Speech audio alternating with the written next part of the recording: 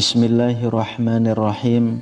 Assalamualaikum warahmatullahi wabarakatuh. Syukur alhamdulillah kita bisa berjumpa lagi di channel ini. Sholawat dan salam selalu dan tetap tercurahkan kepada junjungan kita Nabi besar Muhammad sallallahu alaihi wasallam. Allahumma sholli ala sayyidina Muhammad wa ala ali sayyidina Muhammad. Harapan dan doa saya semoga saudaraku semuanya selalu diberikan kesehatan, dilapangkan rezekinya, diampuni dosa-dosanya, dan dipanjangkan umurnya. Amin ya rabbal alamin. Sahabat beriman yang dirahmati Allah, sakit kepala adalah masalah kesehatan yang sangat umum dan dapat dialami oleh siapa saja, tanpa memandang usia atau latar belakang. Menurut berbagai penelitian, sakit kepala dapat disebabkan oleh banyak faktor, termasuk stres, kurang tidur, dehidrasi, dan kondisi medis tertentu. Namun, dalam perspektif Islam, kesehatan fisik tidak hanya dipengaruhi oleh faktor biologis dan lingkungan, tetapi juga oleh kondisi spiritual dan perilaku moral seseorang. Dalam ajaran Islam, setiap tindakan yang dilakukan manusia, baik itu positif maupun negatif, memiliki dampak yang lebih luas, termasuk pada kesehatan jiwa dan raga. Oleh karena itu, dosa yang dilakukan dapat mempengaruhi keseimbangan mental dan emosional seseorang, yang pada akhirnya dapat berkontribusi pada timbulnya masalah kesehatan, termasuk sakit kepala. Islam mengajarkan pentingnya menjaga kesehatan sebagai bagian dari ibadah kepada Allah. Dalam konteks ini, menghindari dosa-dosa yang dapat mengganggu kesehatan jiwa dan raga adalah langkah yang penting. Dengan memperhatikan ajaran-ajaran Islam, kita dapat memahami bagaimana perilaku dan sikap kita dapat berpengaruh pada kesehatan secara keseluruhan. Sahabat beriman, melalui pembahasan ini kita akan menjelajahi 10 dosa yang diyakini dapat menjadi penyebab sakit kepala. Setiap dosa akan dibahas secara mendalam, menggali bagaimana dampak emosional dan spiritual dari tindakan tersebut dapat menimbulkan ketegangan dan stres, yang pada akhirnya berujung pada sakit kepala. Berikut adalah penjelasan yang lebih mendalam untuk setiap dosa yang dapat menyebabkan sakit kepala menurut pandangan Islam. Yang pertama adalah mengabaikan sholat. Sholat merupakan tiang agama dan merupakan sarana untuk berkomunikasi langsung dengan Allah. Mengabaikan sholat tidak hanya mengakibatkan kehilangan pahala, tetapi juga dapat mengganggu ketenangan batin. Proses sholat melibatkan gerakan fisik dan konsentrasi yang dapat membantu meredakan stres. Ketika seseorang tidak melaksanakan sholat, mereka mungkin merasa cemas atau gelisah tentang kehilangan kesempatan beribadah. Keterasingan dari rutinitas spiritual ini dapat menyebabkan peningkatan tekanan mental yang berujung pada sakit kepala. Lebih jauh, penelitian menunjukkan bahwa praktik ibadah dapat mengurangi kadar hormon stres dalam tubuh. Jadi, ketika sholat diabaikan, ketidakstabilan emosional dapat terjadi, berkontribusi pada ketegangan otot di area kepala dan leher, yang seringkali menjadi penyebab sakit kepala. Lalu yang kedua, durhaka kepada orang tua. Durhaka kepada orang tua adalah salah satu dosa besar dalam Islam yang dapat mendatangkan malapetaka dalam hidup seseorang. Ketika seorang anak tidak menghormati orang tuanya, mereka mungkin mengalami konflik batin dan ketidakpuasan yang mendalam. Rasa bersalah dan penyesalan ini dapat memicu kecemasan, yang secara fisik dapat menyebabkan ketegangan otot dan sakit kepala. Sebuah penelitian juga menunjukkan bahwa hubungan yang buruk dengan orang tua dapat menyebabkan masalah kesehatan mental, seperti depresi dan kecemasan. Ketidakpuasan dalam hubungan ini menciptakan lingkungan yang penuh stres, yang berpotensi menjadi penyebab sakit kepala yang berulang. Yang ketiga, berbohong. Berbohong menciptakan beban mental yang berat. Seseorang yang berbohong harus menjaga konsistensi dalam ceritanya dan seringkali khawatir tentang apa yang akan terjadi jika kebenaran terungkap. Stres ini dapat menyebabkan ketegangan pada otot-otot kepala dan leher, serta menciptakan rasa cemas yang memicu sakit kepala. Selain itu, berbohong dapat merusak hubungan dengan orang lain, menambah beban emosional yang dirasakan seseorang. Psikologi juga menunjukkan bahwa seseorang yang terus-menerus berbohong mungkin mengalami ketidaknyamanan emosional yang tinggi.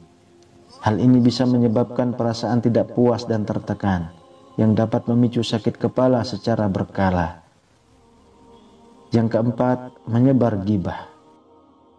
Ghibah adalah tindakan menggunjing yang tidak hanya merusak reputasi orang lain, tetapi juga menciptakan lingkungan sosial yang penuh dengan ketegangan.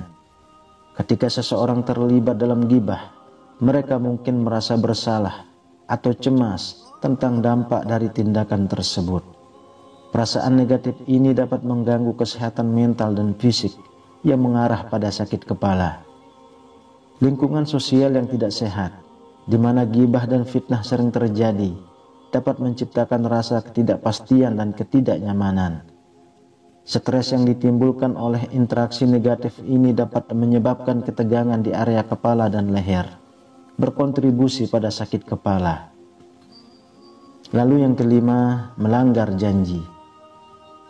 Ketika seseorang melanggar janji, baik kepada diri sendiri maupun orang lain, hal ini dapat menciptakan rasa kekecewaan dan penyesalan yang mendalam. Rasa bersalah yang muncul dari pelanggaran ini dapat meningkatkan kecemasan dan tekanan mental. Ketidakpuasan terhadap diri sendiri dapat menyebabkan stres yang menumpuk, yang akhirnya berujung pada sakit kepala. Melanggar janji juga dapat merusak hubungan interpersonal. Ketika kepercayaan seseorang terganggu, ini bisa menambah beban emosional yang sudah ada, meningkatkan kemungkinan munculnya sakit kepala akibat ketegangan psikologis. Kemudian yang keenam, mengabaikan kesehatan diri. Islam menekankan pentingnya menjaga kesehatan tubuh sebagai bagian dari ibadah. Mengabaikan kesehatan melalui pola makan yang buruk, kurang tidur, atau tidak berolahraga dapat berdampak langsung pada fisik dan mental. Misalnya, kurang tidur dapat menyebabkan kelelahan, yang bisa memicu sakit kepala.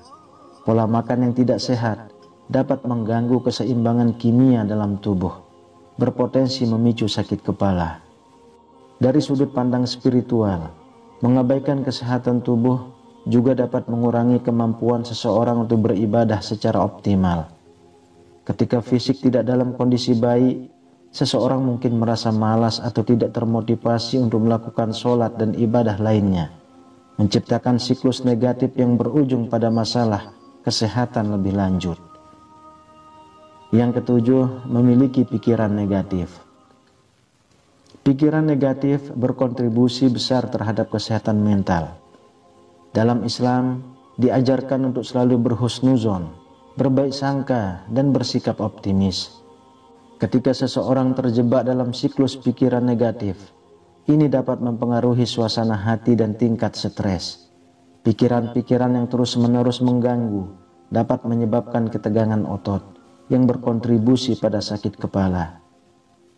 Riset menunjukkan bahwa pikiran negatif dapat mempengaruhi kadar hormon stres dalam tubuh.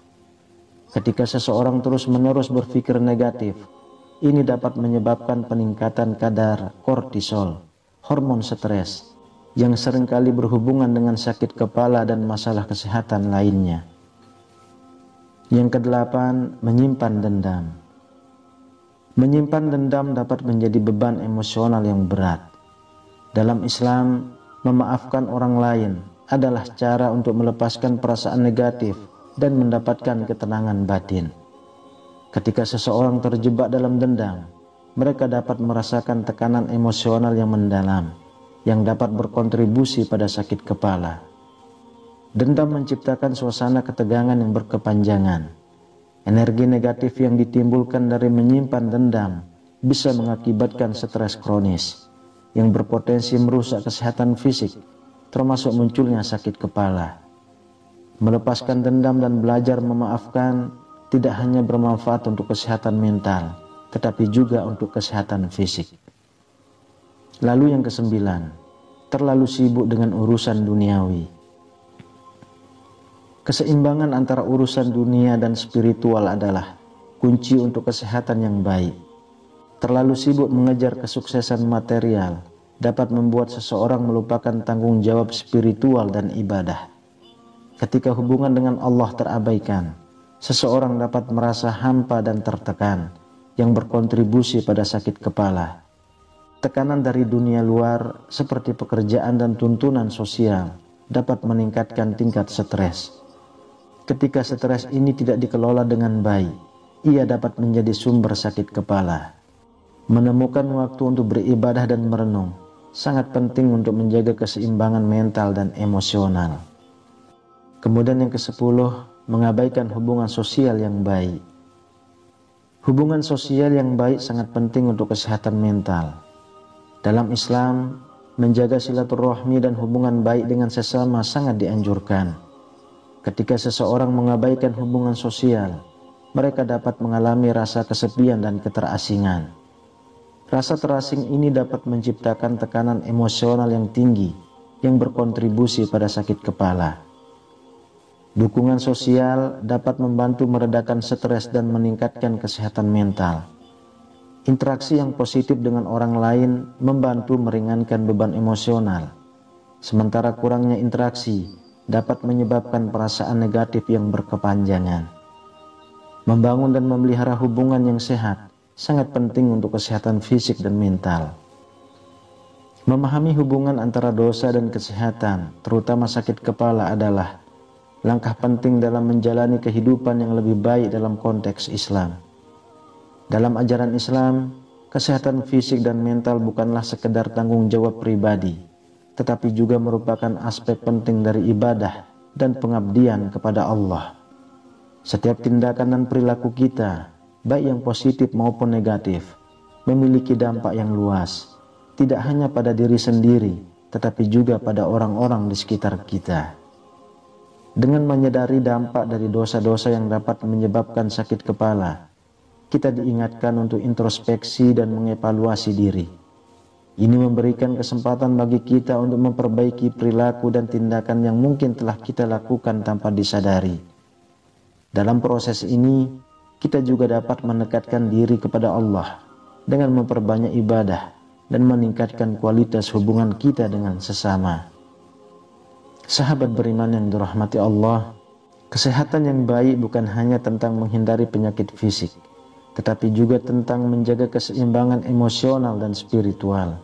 Dalam banyak kasus, sakit kepala dan masalah kesehatan lainnya dapat diatasi dengan memperbaiki hubungan dengan Allah dan sesama, serta menjauhkan diri dari dosa-dosa yang merugikan. Melalui sholat, doa, dan praktek ibadah lainnya, kita bisa mendapatkan ketenangan batin yang dapat membantu meredakan tekanan mental dan fisik. Menjaga hubungan sosial yang baik dan menghindari perilaku yang merusak, seperti ghibah dan berbohong, juga sangat penting. Lingkungan yang sehat dan positif tidak hanya memberikan dukungan emosional, tetapi juga membantu kita untuk merasa lebih bahagia dan terhubung dengan orang lain. Dukungan sosial dapat mengurangi stres dan meningkatkan kesehatan mental, yang pada gilirannya dapat mengurangi frekuensi dan intensitas sakit kepala. Akhirnya, penting untuk diingat bahwa perjalanan menuju kesehatan yang lebih baik adalah proses yang berkelanjutan. Kesadaran akan dosa dan pengaruhnya terhadap kesehatan dapat memotivasi kita untuk terus belajar, berkembang, dan memperbaiki diri. Semoga pemahaman ini dapat menginspirasi kita untuk hidup lebih sehat dan harmonis, menjaga kesehatan, dan selalu berusaha memperbaiki diri di hadapan Allah. Dengan cara ini, kita tidak hanya akan terhindar dari sakit kepala dan masalah kesehatan lainnya, tetapi juga meraih kebahagiaan dan kedamaian dalam hidup. Amin ya rabbal alamin. Wallahu a'lam bishawab. Demikian yang bisa saya bagikan, semoga bermanfaat untuk kita semua. Assalamualaikum warahmatullahi wabarakatuh.